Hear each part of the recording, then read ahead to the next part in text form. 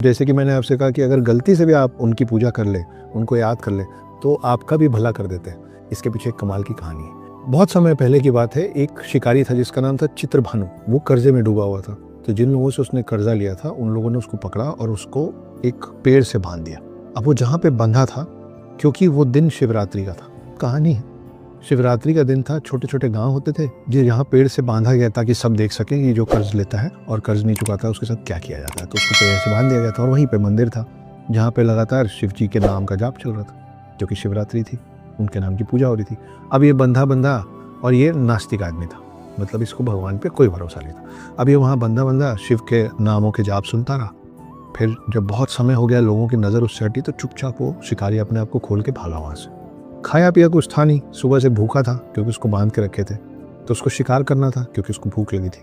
वो गया और एक बेल के पेड़ पे चढ़ गया रात भर शिकार करने के लिए, और उसको रात भर भूखा बैठना पड़ा, खाने को था ही नहीं। और उसको नींद भी आ रही क्योंकि पूरे दिन उसको बांध के खड़ा रखे थे, थक गया था। अब जब उसको नींद आ रही थी तो उसको जगे रहना था, तो उसने एक काम करना शुरू किया। उसने जिस बेल के पेड़ पे वो बैठा था उससे पत्ते तोड़ तोड़ कर नीचे गिराने लग गया ताकि उसकी नींद ना लग जाए।